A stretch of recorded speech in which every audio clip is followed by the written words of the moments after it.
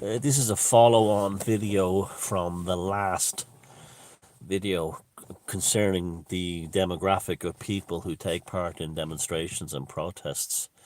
Now, before I get that, this channel just passed 27,000 subscribers, and there's about 25,000 or 26,000 or something like that, 25,000 on open source, and there's 5,000 on uh, Beyond Room 313. So between the three channels I tallied up the other day, I've got about 10 million views, which is amazing to me. I think that 10 million people watched my stuff 10 million times in the last decade, and so thank you very much for that.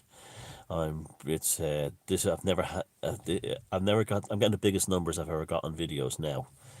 I used to get, like, up until last year, when I made a video, it would hit about 1,500 to 2,000 people after 2 days, and it's been like that for years. Now they're getting 5 and 6,000, 4 to 6,000 in 2 days. So it's been a huge jump for me in the recent times. So thank you for coming on board, and especially the new people who've come in. But most of all, the long timers that's have been here for years. It's we got the best of the old and a lot of new folks, so it's brilliant. And thank you, I appreciate that.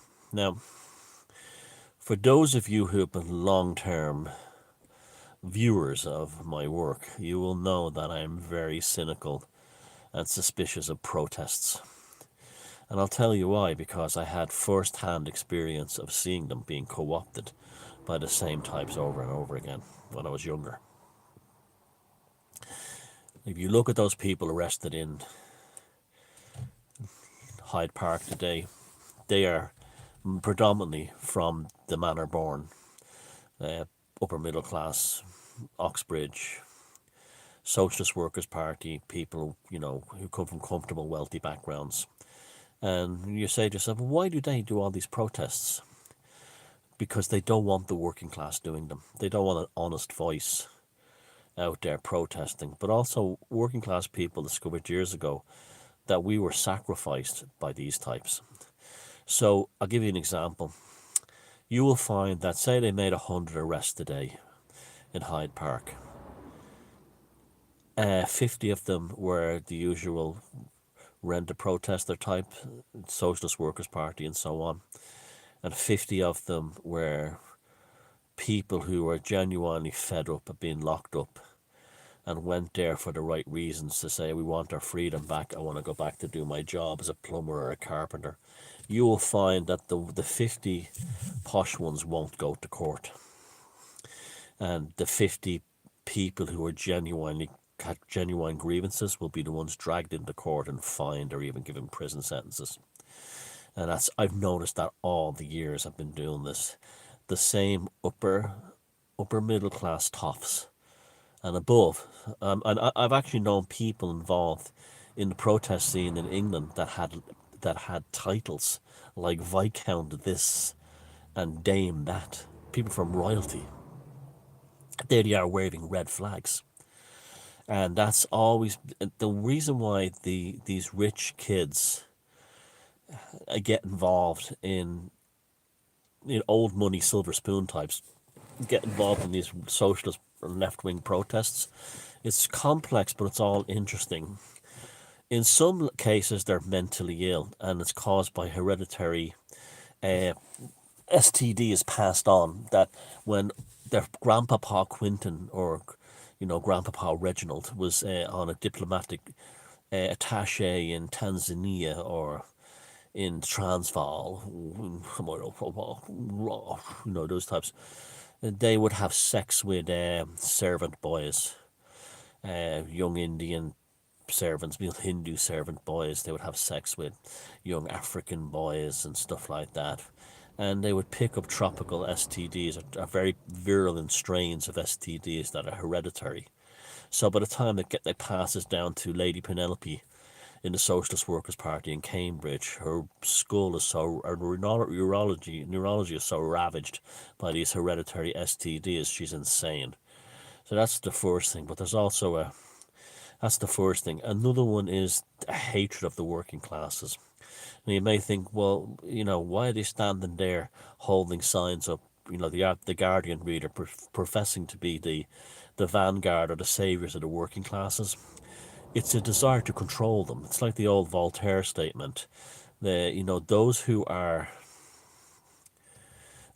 have a desire to save others, it's a mask for those for wanting to rule them. And so they have a hatred of the working class, but they pretend they don't. And they set themselves up as the spokesperson of them. So that's why you get like the Socialist Workers' Party. There are no socialist workers. They're all aristocratic toffs. The same with People Before Profit here in Ireland, all groups like this. There's no working class people in them, and if there is, they are shifted out very quickly, or they're sacrificed to be the ones to get arrested at demonstrations. They will be told, go over there and kick that copper, will you? And the guy goes over there and he goes, long live the workers' right international, keep the red flag flying here. He hits a copper and he gets 3 or 4 years in prison, where the toff that told him to do it doesn't get any. That's the second reason. The third reason is infiltration by the intelligence services and the police. Like, I'll give you an example. There was so much infiltration by spooks in the Cambridge Socialist Workers' Party that you actually had the police spying on MI5 and MI5 spying on the police. This is an ideal, see, it's their recruiting grounds. They can get in there and they can find out. They're not after the toffs, by the way, who are the heads of these leftist groups. They're looking for anyone who's from a working class background, who has genuine revolutionary zeal and genuinely wants to do something and has a genuine conviction, and that's who they're after. So they infiltrate these groups, as like, and that environmental groups are full of them, and so on, and they go in there to find who might be potentially a danger to the state. And a lot of this came out in the 1970s when the IRA. Now, the IRA had large numbers of English and Scottish members. This is one of the things that you never hear about. If you look at many of the IRA convictions, they lost them were English, or they were a lot of them were left-wing extremists. And the Provisional IRA were socialists, so they joined in that Provisional IRA attack on what they saw as the British establishment. And this was a big wake-up call for the establishment. So from that point on, MI5 and the police deliberately infiltrated activist groups in the UK for that purpose, and this kind of thing. And so, like, this is the left in the West is basically a gigantic COINTELPRO operation. There's no honesty in it. You look at, like, Billy Bragg living in his mansion, in his gated community mansion by the sea, singing about the worker. This kind of thing. A lot of this, it's always been in there, but nowadays it's nothing but that.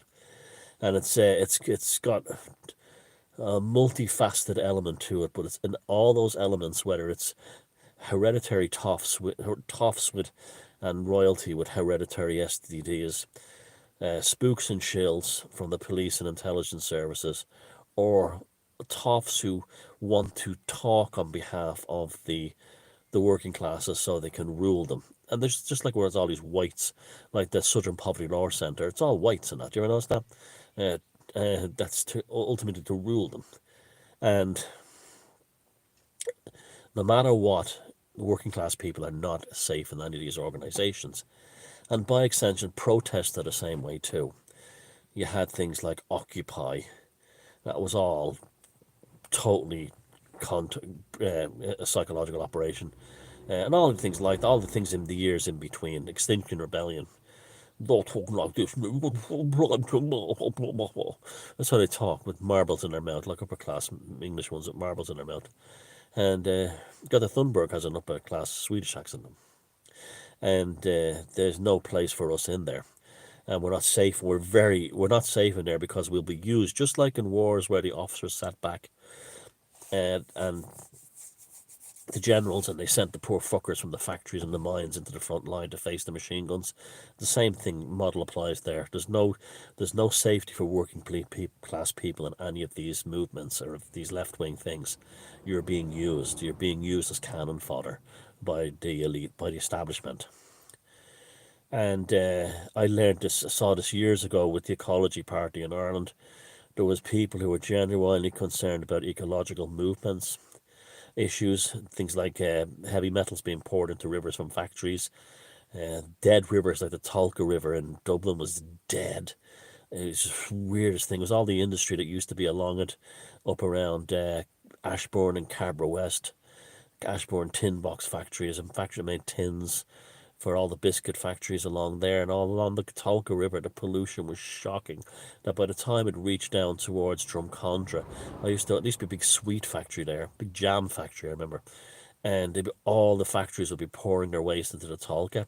You could walk over, walking down Drumcondra Road, there was a big bridge, an old bridge, across the Tolka River. And I was a kid, I looked down at that river and it was dead. And that's why I kind of got interested in the ecology movement. Like, there was nothing in there. You'd never see, that used to be a famous salmon river at one time. Trout and salmon, dead in the olden days. And that used to always bother me. And there was another river that ran through Ballymun called the Slade, and it was dead. Dead river. And I couldn't understand how these rivers are not teeming with fish and stuff like that. It's because of the pollution and the heavy metals from all the factories. So when the Ecology Party started, it was full of people like that who were trying to clean up the rivers around the city and stuff like that, and tackle litter, which was a big problem back then. And then suddenly it changed into this thing called the Green Party, and all the original sort of hippie working class and like old-fashioned activist class types were all moved out of it, and all these like posh ones came in who was all about, the classic green agenda. It wasn't even about pollution or environment or anything like that. I saw it with my own eyes how it was co-opted by wealthy and affluent left-wing infiltrators. And that's the model they use everywhere. And so there's going to be people who are arrested in Hyde Park today who are genuinely want to go back to work, and they need to go back to work, and they're tired of being locked in. But the lefty shills who organised this, along with the establishment, would have done it for two reasons. One, to give the government an excuse to keep the lockdown going further, and two, to have the genuine activists arrested and charged, where the snobby ones you see being led away in handcuffs, they'll have like a high-powered lawyer that they can pay, who can say, yeah, you want to challenge this in court, it's going to cost the government a fortune to try and put him away. It'd be cheaper to just like pick on some poor nobody who doesn't have the money to pay for a defence lawyer, and you can just lock him up and hit him with a fine. And that's what happens every time. It's Greenpeace, they're all the same. And the campaign for nuclear disarmament, all the same. Genuine people who care are thrown out. And then you say to yourself, well, what's the best way of doing it? Well, I think like Ian Crane and people in the fracking thing in England showed a great way of doing it.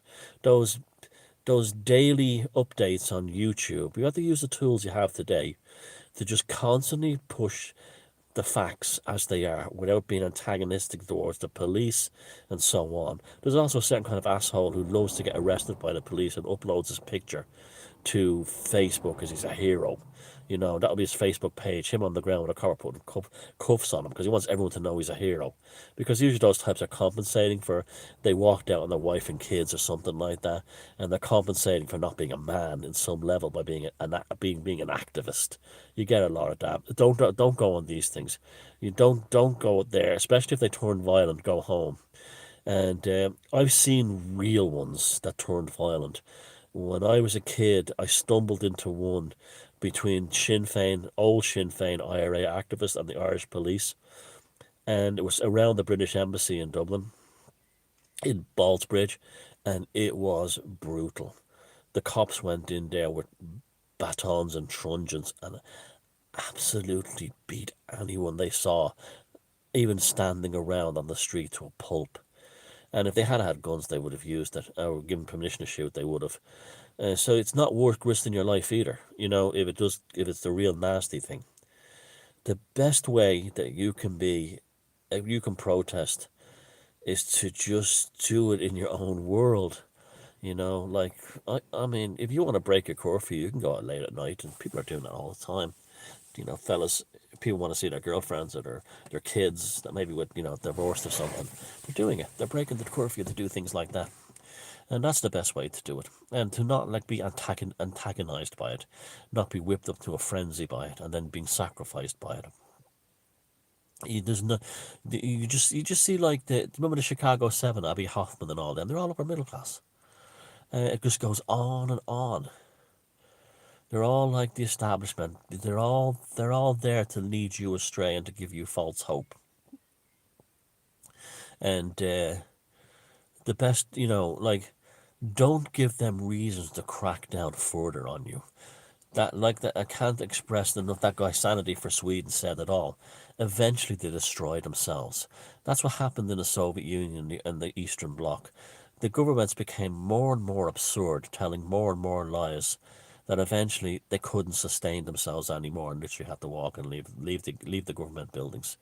And that's what will happen to your enemies. That's to just let them talk, let them show them for what they are, themselves for what they are. You do not have to go out there and fight. It's and and also what causes real change is extreme violence, and not everyone has the nerve to do that. But sometimes that's required, like what happened in this country was freed, like Michael Collins, there's brutal assassinations and stuff like that. But that's what they were pushed toward. There was no other choice in the end. But it should never even get that far. It should never get that far because groupthink. You see, groupthink is a dangerous thing, especially when you groupthink is bad when you're a normie, but it's also bad if you think you're a counterculture thing, because all you're doing is putting a price on your head. That's all you're doing, and the price on your head will be paid. The price on the aristocrat or the snob or the wealthy socialist who's leading you into that, that'll never be paid. It'll be paid by you, but not by them. Take care. And stay away from anyone who looks posh upper middle class who wants you to be a revolutionary or get involved in protests.